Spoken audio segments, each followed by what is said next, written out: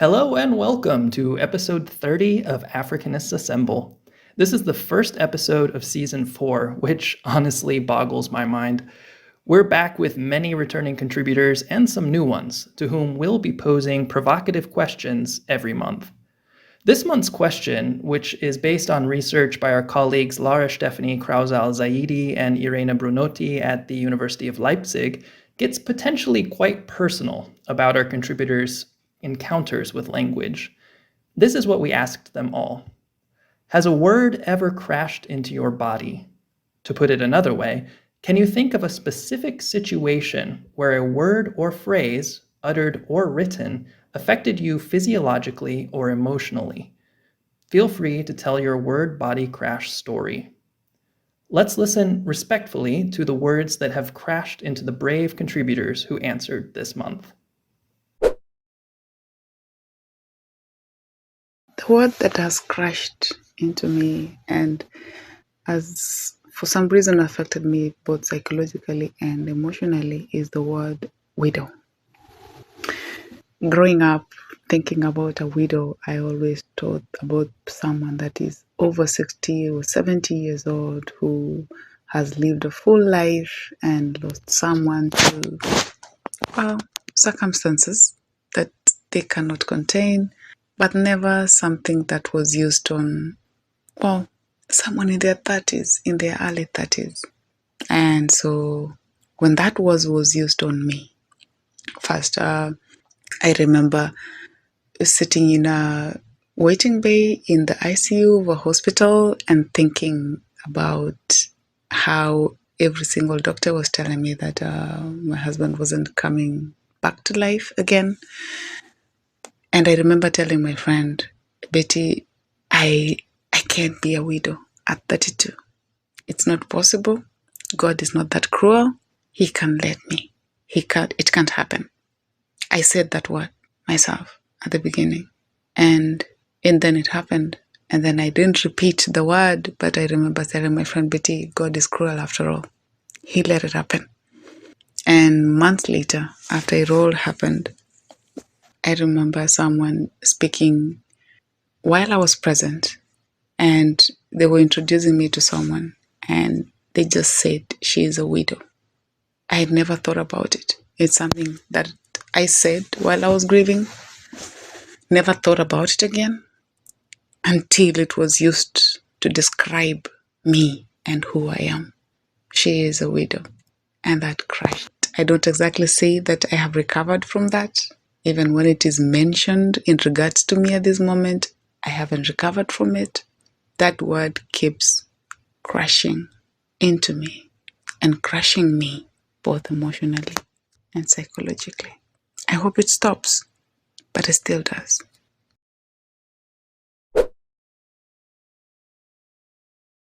Bẹ́ẹ̀ ni, àwọn ọ̀rọ̀ tí àwọn èèyàn ti sọ sí mi tó wọ̀ mí lákínyẹmí ara wà. Kódà, àwọn mìíràn máa ń gbomijé lójú mi dòní bí mo bá rántí. Kíkọ kìí sábà wọ̀ mí lára bí èyí tí a sọ sí mi lójúkorojú.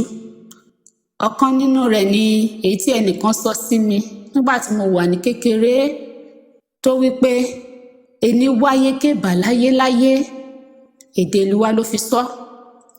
Ó sọ ọ̀rọ̀ náà láti fi bú mi nítorí pé bàbá mi kú nígbà tí mo wà ní ọmọ ọdún kan àbọ̀.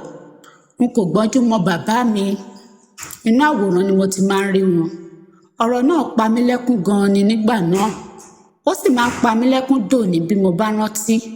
Ó yẹ ká mọ irú ọ̀rọ̀ tó máa jáde lẹ́nu wa sí ọmọlàkejì. Ọ̀rọ̀ kejì tó tún fẹ́ dàbí rẹ̀ tó tún wọ̀ mí lákínyẹmí ara ni ọ̀rọ̀ tí ọmọ mi ọkùnrin sọ tó sọ fún mi lọ́jọ́ kan pé bí mo bá ti rin ìrìn àjò tàbí tí n kò wálé lọ́jọ́ kan, òun máa ń fẹ́ràn láti wá sùn sí ibùsùn mi nínú yàrá mi kí òun lè máa gbóòórùn mi níbẹ̀ títí tí òun fi máa gbàgbé sùn lọ síbẹ̀. Ọ̀rọ̀ yìí wọ̀ mí lára dé egun nígbà tí ó sọ.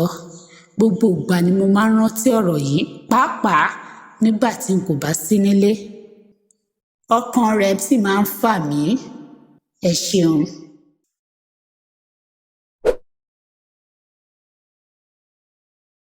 My word body crash story is an irony because it came from people who were closest to me.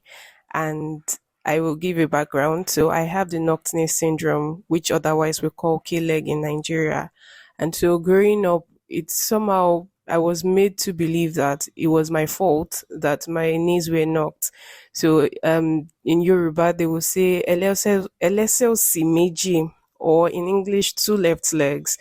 And for a long time, I struggled, with my self confidence, with my self esteem, because I just thought something was wrong with me. Why were my legs different from every other person's legs? And people would make jest of me. They would try to mimic the way I walk. And it always looked like I had a physical disability with the way they walked.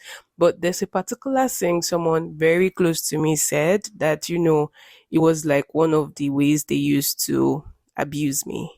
The person would say in my native dialect, that is the Ayetoro Ekiti dialect, the person would say, Olose títọ. Olose títọ, it's not straightforward to, translate that into English. But I will try. In Yoruba, it would be similar to something like Elese wiwo. But when someone says Olose títọ in a native dialect that way, the psychological effect weighs more than when someone says Elesewiwo is equally not not endearing. However, there's something about native languages, even the Yoruba language, that instances you say something and it would affect someone very gravely. And then to now go further down into the depths of a native dialect, it's a it was really crashing. I think you have the right word for this episode. It was crashing because for a very long time I could not accept myself. I did not think I could make anything good out of my life. It was as bad as being told that no man will marry me because they wouldn't even want to look at my face by the time they got to my legs or my knees and saw how knocked my knees were, you know. So yeah, that would be my word ready crash story. I'm getting over it, even though I think that I would, take a corrective surgery when I have the money. But yeah, that's my story. Thank you for this episode.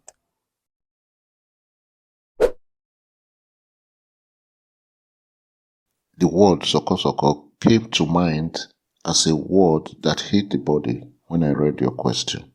The word sokosọko is an Esan word which is prohibited for use in conversation with married women. This is because it is a word derived from the sound of sexual intercourse.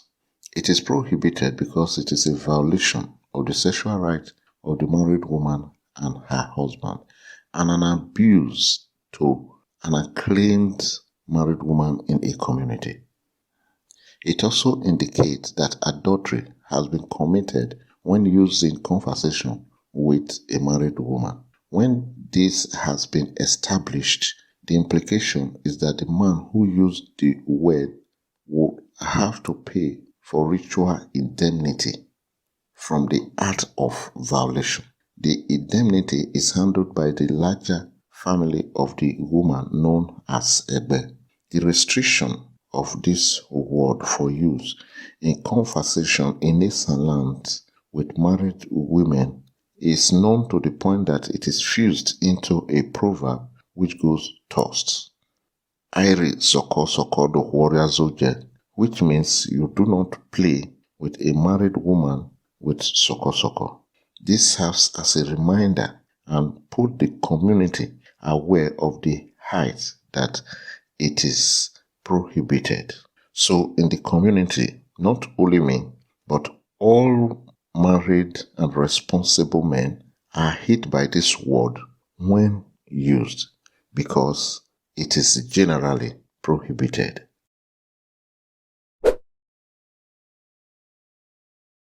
I want to share my personal experience where statements said to me affected me emotionally and left a dent in my self-esteem.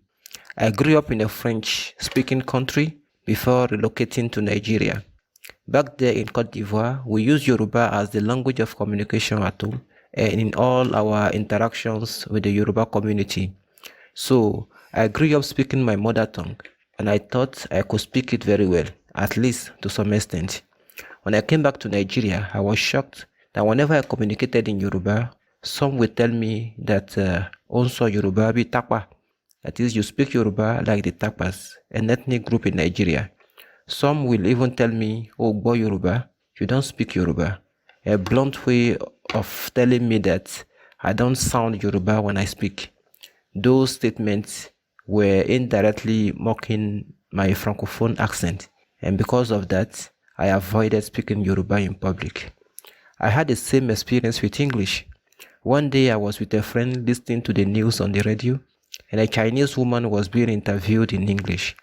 My friend called me and said, Tajudeen, listen to that woman. That is how you speak English. He indirectly drew my attention to the fact that I speak English with a foreign accent and sound different when I express myself. That comment never left me. I developed a phobia of speaking in public because I hated people seeing me or judging me as different.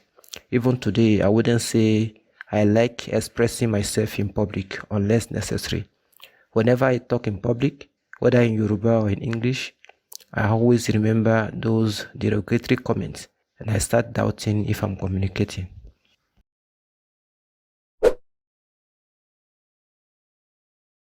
My favorite example of a word that has crashed into my body is the English word called bamboozled. Bamboozled. The first time I heard that word was in secondary school, and I guess a teacher mentioned it in class, and it made us to, laugh, and our eyes were widened as to what could he be saying. And later on, I discovered that one of its meanings is surprise, a great surprise, something like flabbergasted.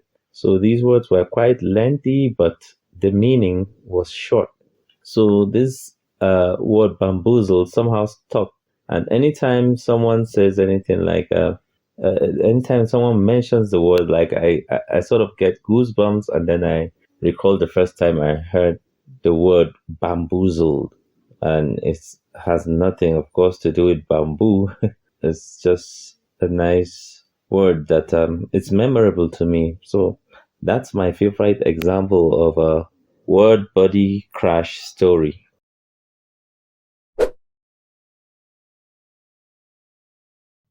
Has a word ever crashed into my body? To put it another way, can I think of a specific situation where a word or phrase, whether written or uttered, affected me psychologically, emotionally? My response would be yes. I have words crashed into my body many times. So many that I cannot remember the number, but I will discuss one instance that I can recall very easily. When I was growing up in my Okwani village, there was a folk song that was sung by everyone. Literal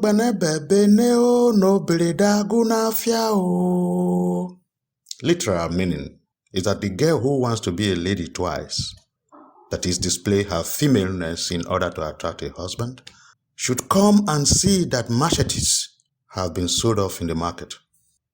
Partners in the village are usually spouses.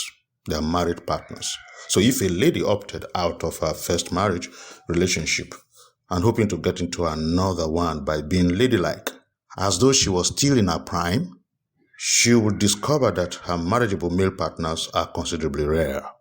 Oblede is what got me. It resonated differently with me because for the first time I was hearing an expression where men were associated with a farm implement. It was when I started reading literature that I discovered it was a metonymic reference to men, oblede, which literally means a machete, a particular sort with a converging tip used by men for clearing bushes for the next farming season, is elevated in this song to the status of a metonymy, thus becoming the first metonymic gender term I have come across in Okwan, my language.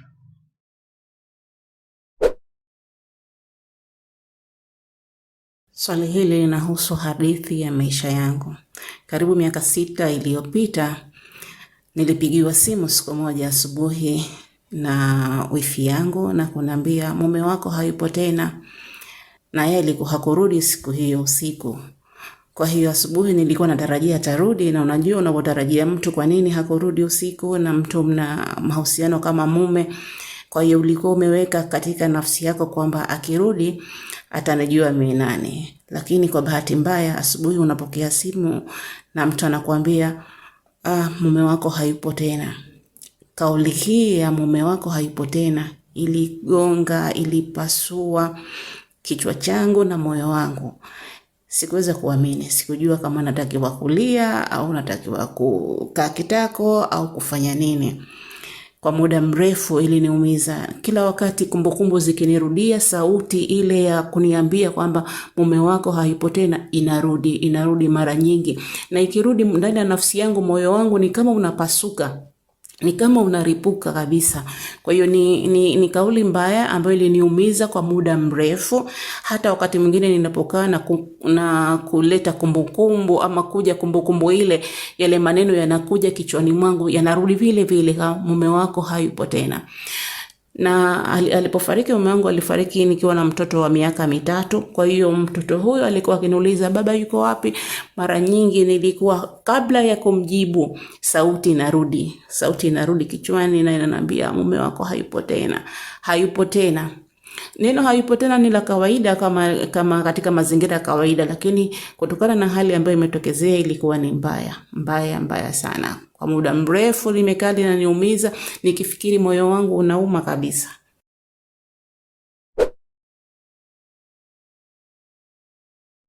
Jumamosi asubuhi nimekaa jikoni nikihudhuria kongamano la Kiswahili mtandaoni. Kazi mpya inaanza.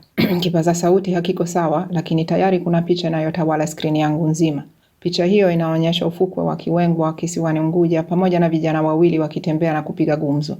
Arm in arm, a black boy, a white girl.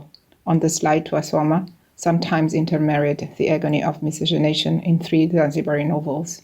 Niko hoi, nashindwa kumfuata msemaji. Baadhi ya maneno yanachezea kwenye skrini na hivyo kichwani mwangu. Ghafla nahisi joto la ajabu kifuani mwangu likipanda kichwani, machoni, ninataka kulia.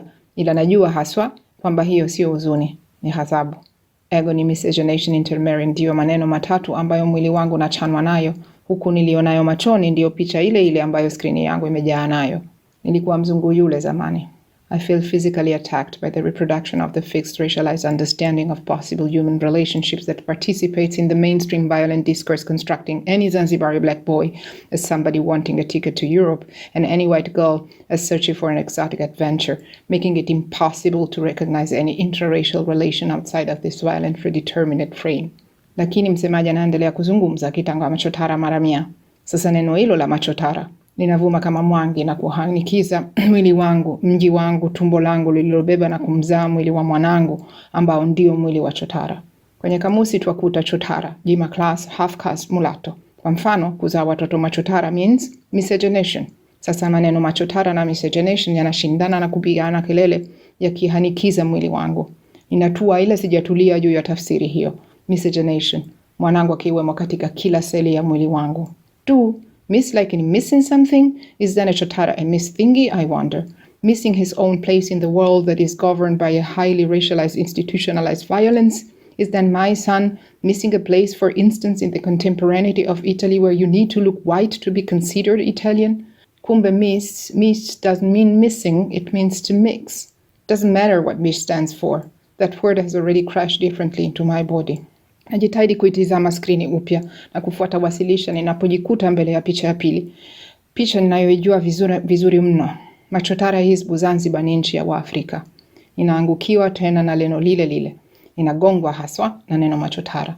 Lakini safari hii machotara liko bangoni na limebebwa na wana CCM. Linaongea na jina la Hizbu likiwa limekaa kinyume cha neno la Waafrika. Neno la machotara limeliganda neno la Hizbu kupitia kistari mixed race - Hizbu, ikitoboa kidonda cha historia yenye uchungu na ukatili mkubwa, a history in which the sign has acted. reinscribing, recreating, and weaponizing essentialized visions of difference under which people have been killed, a side of state-supported provocation inseparable from the state-initiated and executed violence that's tragically characterized Zanzibari politics in the 20th and 21st centuries. Kwa njia hiyo Hizbu al-Watan al-Raia Sultan si kwamba limetiliwa maanani tu, bali linakuwa limechongwa haswa kwenye racialized categories. Ndivyo jina la Hizbu linavyotafsiriwa tangu miaka ya 50 likimaanisha colonizing and enslaving Uarabu, kinyume cha liberating and righteous Uafrika. Hapo neno la machotara lightens Hizbu, and it is constituted only as mixed race Hizbu, kama kwamba machotara lisingeweza kuwepo nje ya tafsiri hiyo. Na hiyo tafsiri inavuta mwili wa mwanamke katika chama cha Hizbu, ambacho ndicho kilichokuwa kimekuwa shabaha ya racialized violence wakati wa mapinduzi. Cannot separate my son's body from those bodies rendered killable. The body of my son is present, constituted as mixed race, vulnerable, constantly, everywhere, killable. My body is present, constituted as white for once, unkillable always, and simultaneously enmeshed with all my kids' bodies, constantly constituted as black, killable. Siwezi kufuata wasilisho tena. Lengo lake lolote lile kwangu limetokomea. Nimebakizwa tu na uchungu wa kutisha tu.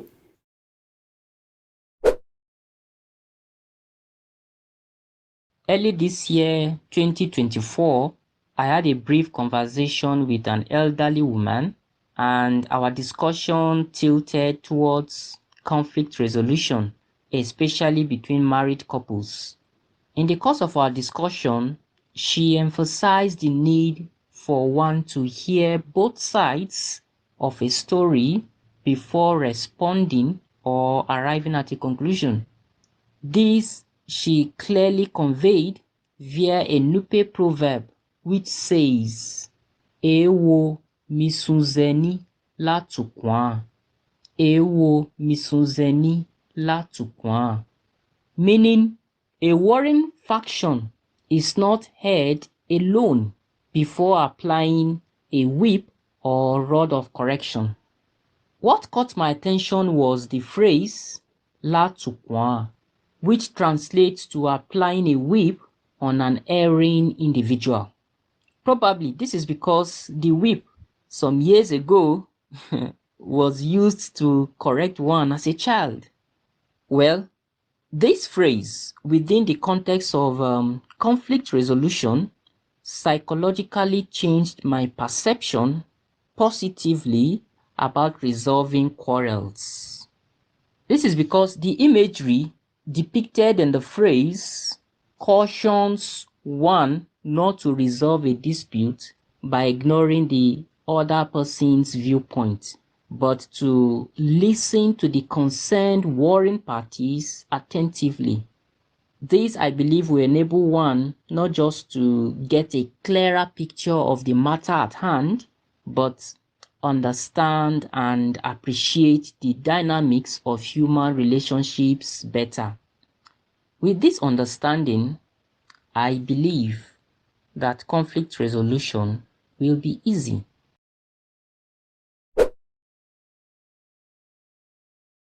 La frase che sento intimamente vicina è un verso della poesia Fungueni Mlango, Apritemi la porta, del poeta Swahili Euphrates Kezilabi di Ukerewe. Lakini mwanadamu hatanifungulia, ma l'uomo non m'aprirà. Quando ero studente, leggendo una traduzione di questa poesia, decisi di studiare Swahili. Ciò cambiò per sempre la mia vita, portandomi in Africa allo studio delle lingue bantu e della poesia africana. Ho tradotto questa poesia molte volte cercando di avvicinarmi alla potenza dell'originale, in particolare la parola Mwanadamu in relazione a Damu, che in Swahili crea una scia sonora di sangue che finisce nel macello. Utilizzando l'etimologia di Mwanadamu, ovvero figlio di Adamo, terra rossa, ho tradotto di volta in volta ma il figlio del sangue non m'aprirà, oppure ma di terra e sangue l'uomo non m'aprirà, oppure ma di sangue il figlio l'uomo non m'aprirà. Sangue, sangue dal naso, sangue dalla bocca, sangue dalla testa usato come inchiostro. Questo mi rimanda alla traduzione che Hölderlin fece di Sofocle. Was ist es? Du scheinst ein rotes Wort zu färben. Cos'è? sembri tingere una rossa parola, oppure una poesia postuma di Ingmar Bergman. Io perdo per strada grida vere finché il mio cervello si fa rosso sangue. Sono le urla stesse che fanno del cervello un inchiostro rosso sangue. Damu kichuano itumicaio kamawino, il sangue della testa usato come inchiostro. Scrivete con il sangue e imparerete che il sangue è spirito. Colui che scrive col sangue e proverbi non vuole essere letto, ma imparato a memoria. Questo scrive Nietzsche e nello stesso passo ci dice che non è facile comprendere il sangue altrui. Non possiamo quindi che avvalerci del bagaglio di esperienze e conoscenze che abbiamo se vogliamo comprendere. Wilhelm Dilthey, infatti, scrive: la comprensione è la riscoperta dell'io nel tu. Il soggetto conoscente è, qui, un tutt'uno con il suo oggetto. È per questo che per spiegarvi del perché questa poesia sia impossessata della mia carne, rimando ad altre esperienze. Utilizzare la comparazione, l'analogia, dire come, napiga che lele kama, urlo come, vuol dire lasciare aperta la porta delle interpretazioni, delle spiegazioni, delle geografie, dei codici e dei secoli. Per spiegare queste urla vi rimando al corpo nudo, esposto al deserto, dove non c'è nessun essere umano, all'urlo che si perde ma tuona sulla nostra carne, all'urlo estremo in teorema di Pierpaolo Pasolini. Estraniato barcollo, urlo come un bue al macello, aprite la porta apritela, ma figlio del sangue, l'uomo non m'aprirà.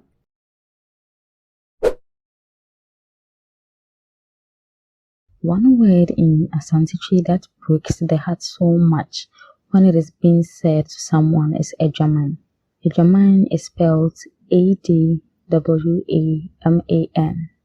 Ejaman in English means a whore or a prostitute.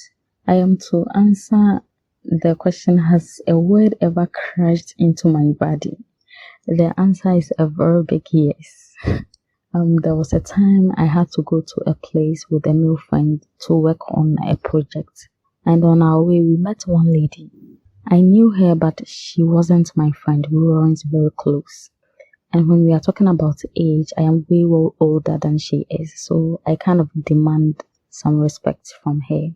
When we met, she had this courage to use the word on me. She actually called me a German. At that moment, I was very shocked and I was wondering why she can use that word on me. I was like, has it gotten to this? Does working with a male friend automatically turn me into a prostitute?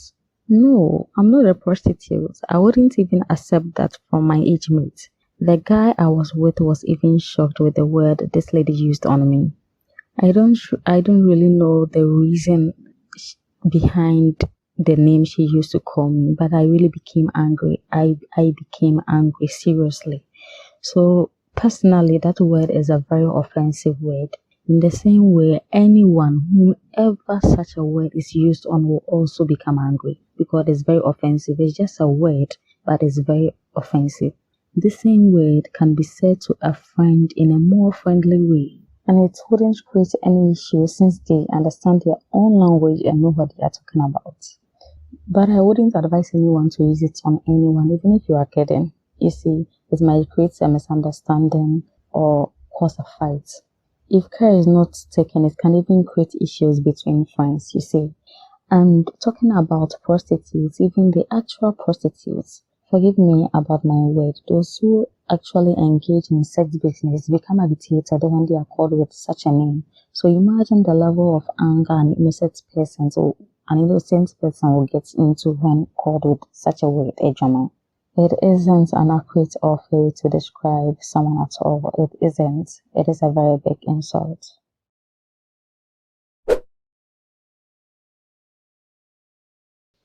Yes, a word that's ever crashed into my body. That word was Nyamiri.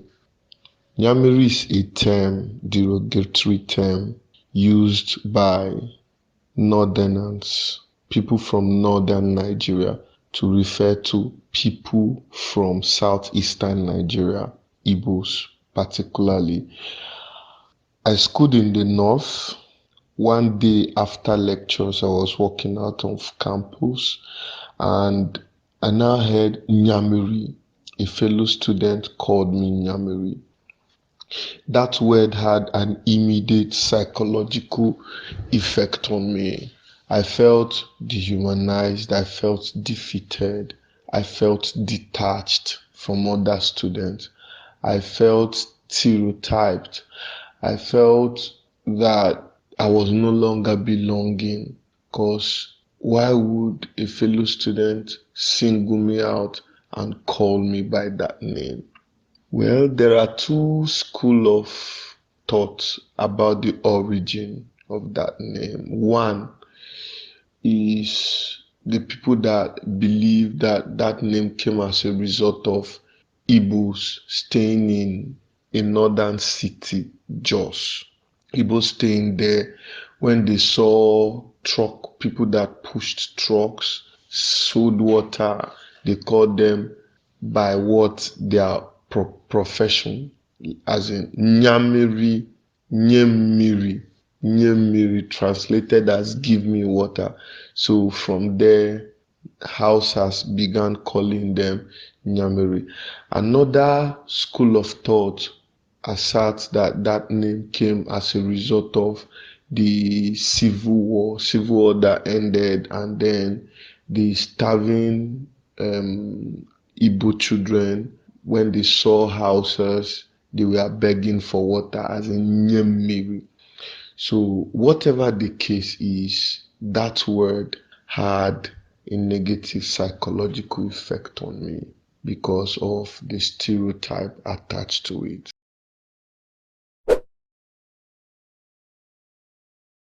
When I first heard the prompt for this month's Afrikanists Assemble episode, I knew exactly which word I would choose.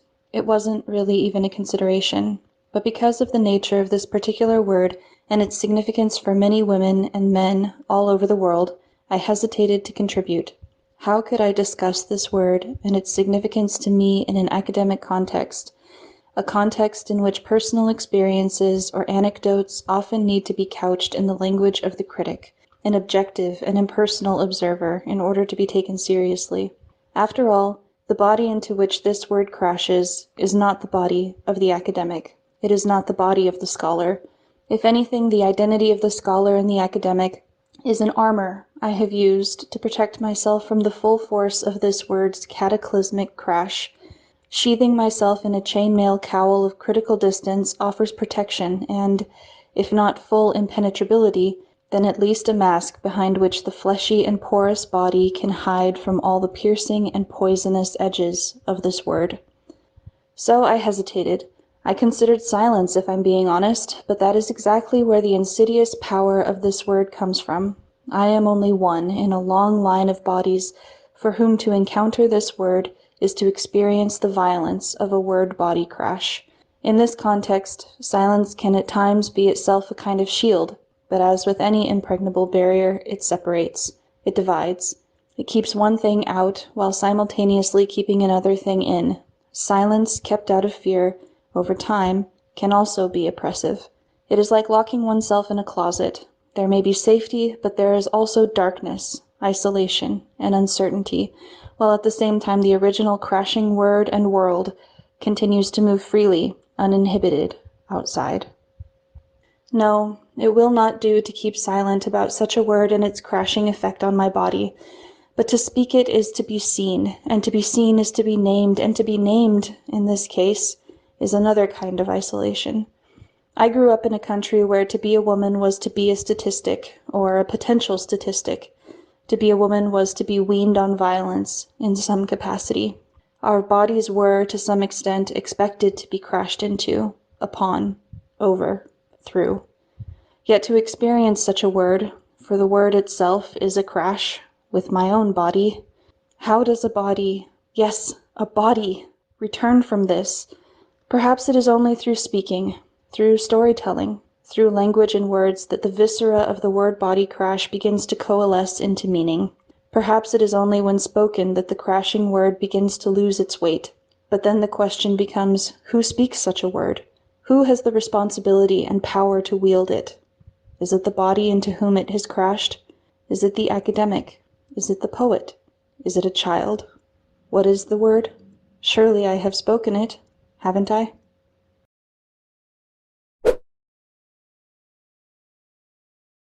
Has any word ever crushed into my body?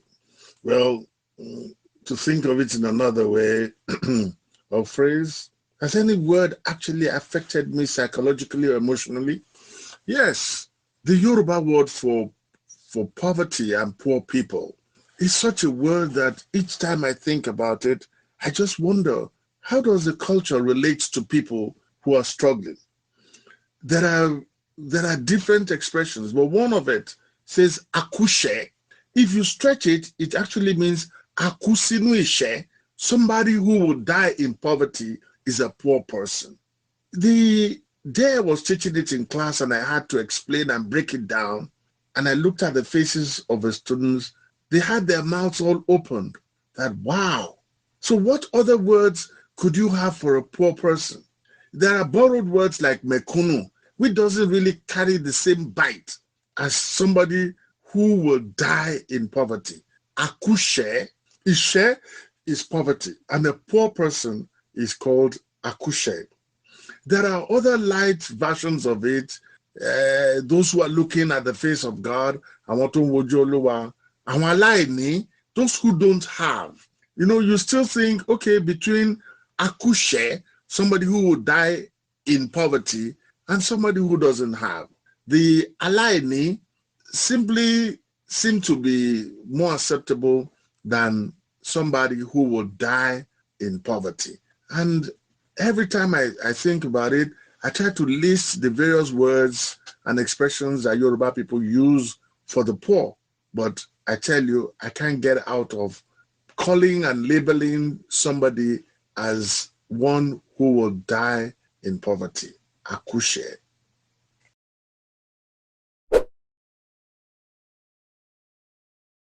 Ọ̀rọ̀ tó nípa lára mi jù ni àlọ́mẹ́nu lọ́wọ́. Bàbá àgbà mi máa ń sọ pé ẹ kú àlọ́mẹ́nu lọ́wọ́. Wọ́n á kíyàn bẹ́ẹ̀ téèyàn bá ṣe ra ilé tàbí kọ́lé tàbí ra mọ́tò. Wọ́n sọ pé ẹ kú àlọ́mẹ́nu lọ́wọ́. Mo wá bi wọ́n pé kí ló ń jẹ́ bẹ́ẹ̀? Ni wọ́n á ṣàlàyé fún mi pé lọ́pọ̀ ìgbà èèyàn máa ń lọ nǹkan mọ́ ẹnu lọ́wọ́ ni. Gbogbo owó téèyàn bá ń rí, èèyàn máa ń fi ń jẹun, èèyàn máa ń fi ra nǹkan, èèyàn máa ń fi ń ṣe gbogbo nǹkan lójoojúmọ́ téèyàn nílò. Ṣùgbọ́n téèyàn bá rí owó yẹn tùjọ, èèyàn ń lọ mọ́ ẹnu lọ́wọ́ ni, èèyàn jàre ẹnu, èèyàn fi rí nǹkan rà, èèyàn fi rí nǹkan gidi fi owó ṣe. Láti ìgbà yẹn mo máa ń rò ọ̀pọ̀ ìgbà tí mo bá fẹ́ fi owó pamọ́ tàbí mo bá fẹ́ ṣe nǹkan, màá sọ pé mò ń lọ mọ́ ẹnu lọ́wọ́. So ọ̀rọ̀ tó nípa lára mi jù ni àlọ́mẹ́nu lọ́wọ́.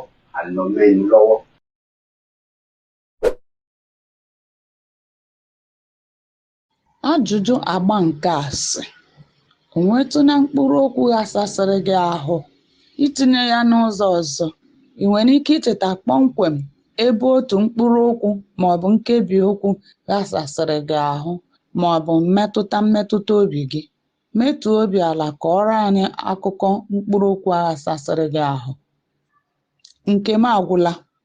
O nwee n'ahịrịokwu mara m ka mma n'obi. Ahịrịokwu ahụ bụ nke m agwụla. Ka ọ gbara abalị 20 n'ọnwa Maachị afọ 2023, n'ehihie ka nwanne m nke tọrọ m kpọrọ m n'ekwentị gwa m na ọkpara ya anwụọla. Ọ rịarịa nke o ji enwe ihe mberede n'ụdị ọbụla. Ọ gbara afọ 30. N'echi ya, agara m n'ụlọ ya. Ozugbo ọ hụrụ m, ọ makụrụ m tie mkpu sị nke m agwụla. Ọ metụtara m nke mere m ji bee akwa nke ukwuu. Okwu ahụ bụ nke m agwụla dị omimi. Nke m agwụla ahụ pụtara na ihe niile o mere nwa ya na ahụhụ niile ọ tara ya site mgbe ọ mụrụ ya ruo n'ọnwa eru ya lara n'iyi. Ọ dị mwute ma na-agbawa obi. Ndewonu.